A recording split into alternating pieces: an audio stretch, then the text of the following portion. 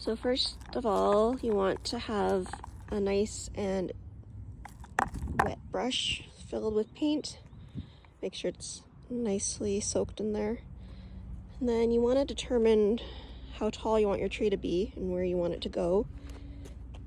And I know I want this one to be a little shorter than the red one.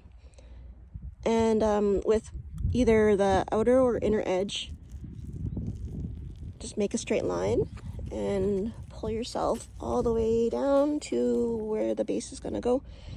I want mine to end about the same spot as that red one. And if you want to make a little thicker stump, then go ahead and do that. So that's what I have so far. I'm just going to redistribute the evenness of my paint and my brush. Okay, so to do the top part, you want it to be really thin, light, and airy. And then as we go down, we're going to do a little more wider sections. Here are some other examples so that you guys get an idea of some of the patterns. So I might even recommend just, going a little bit down and just think of how the bristles are pretty irregular. You want to have you just picture how the bristles and the branches are just kind of a little bit random. You've got a couple sticking out.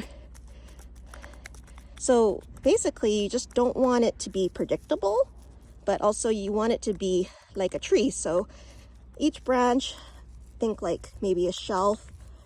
So if this was a shelf, it's going to go out this way, but then there's going to be branches that come outward, and some stick up, some are a little crooked. And then you see how I did there? Like some branches go pointing down, some point up. Just want branches that kind of point everywhere. But you don't want to go too wide too quickly. I actually did that quite wide as I was pretty enthusiastic as I was talking. That's a little wider than I usually would go for the upper portion of the tree. Not to worry. I will just, maybe I'll make it a little wider over here. And then maybe go a little easier. So you want to have some bunches of branches that go out wider, some a little bit less. As you noticed here, I did a little bit of a small bushel of bristles.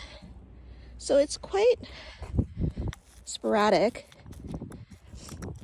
You can have fun with it. I mean, a person puts the pattern in their mind to look like a tree, so there's no real wrong way to do it. It's just some ways a bit nicer than others, perhaps. But as you notice, I'm just making an irregular pattern with my brush. And yeah, this is a roller brush, and I'm using it like a paintbrush. To me, they're almost the same, I guess.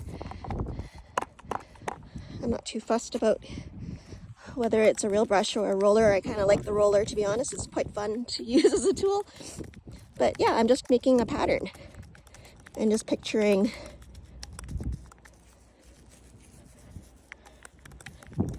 what it might look like to have different shelves of branches. I notice sometimes if you scoop them upward just slightly on some of them, it looks quite nice. And like in real trees, I don't have a tree here, but there are these bushes here. It's really irregular. They're not symmetrical really, but a lot of painted trees are a little more symmetrical than in real life. And that's about it. I know I did that really quickly. That was probably like 3 minutes there. You don't want to overdo it too.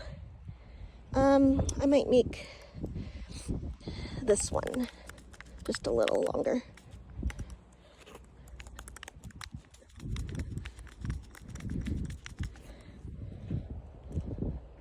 There you have it. How to paint a pine tree.